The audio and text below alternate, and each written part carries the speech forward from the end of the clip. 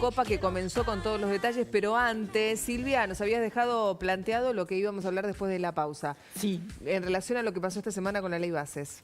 Bueno, empezamos con lo que pasó en relación al impuesto a las ganancias. Dale, ganancias. ¿Te parece? Porque el Senado no aprobó esa parte. Recordemos que sí aprobó en general la ley de medidas fiscales, sí, pero después en la votación en particular fueron desaprobadas, tuvieron más votos negativos que positivos, tanto los cambios en ganancias como en bienes personales. En el caso de ganancias, ¿qué pasaría con esto? Bueno, hay que ver primero porque obviamente el gobierno, el oficialismo, quiere insistir en diputados para que sí salga esa reforma, pero si no se aprobara, bueno, todo seguiría como está ahora. Recordemos que no existe un impuesto hoy que grave los ingresos de las personas. Sí existe, en la mayoría de los casos se llama impuesto cedular a los mayores ingresos. Esto viene de una ley aprobada el año pasado. Y aclaro esto porque en estos últimos meses hay varias personas que habían dejado de pagar y últimamente ven en sus recibos, en sus últimos recibos de sueldo, que vuelven a tener retenciones por el impuesto. Y eso no tiene nada que ver con este proyecto que se discute en el Congreso, sino que es por efecto de la ley que está vigente. Hay un umbral para empezar a tributar de 2.340.000 pesos de remuneración bruta. Hoy por hoy, con el sistema que existe, bueno, ya se empieza a pagar a partir de esos salarios. Esta reforma iba a modificar, bueno, vamos a ver qué pasa, ¿no? Porque probablemente igual se apruebe. Iba a modificar, por un lado, esas bases, llevando el salario más bajo alcanzado por ganancias a 1.800.000 pesos en bruto. Eso te da un neto de 1.494.000. En el caso de los trabajadores asalariados que no tienen deducciones por familia ni por otros gastos también. Ese es un punto importante de la reforma porque no solamente se modifica el piso a partir del cual se tributa, sino que también se pretende modificar varias cuestiones del esquema. El impuesto sería más progresivo que el que existía antes, que el que conocíamos, esto que te hacía saltar enseguida. Un salto muy grande, claro. No querías ni horas extra porque decías, no, si no me paso, termino perdiendo. Claro, no me conviene. Claro. Por un lado eso, y por otro lado volvería esta diferenciación de quiénes pagan y cuánto pagan según, por ejemplo, su situación familiar.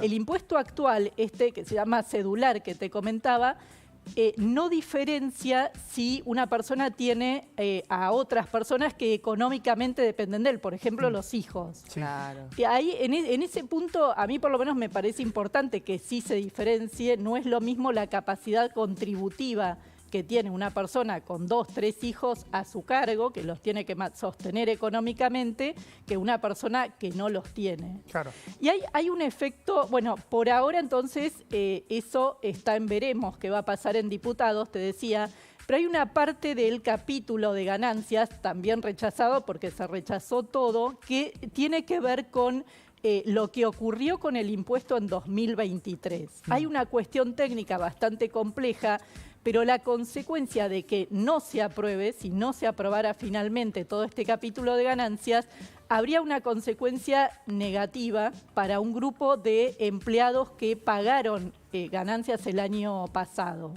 y que en un momento tuvieron un alivio importante por efecto de ciertas medidas que salieron, todo esto, recordás, al calor de la campaña electoral. Sí, claro.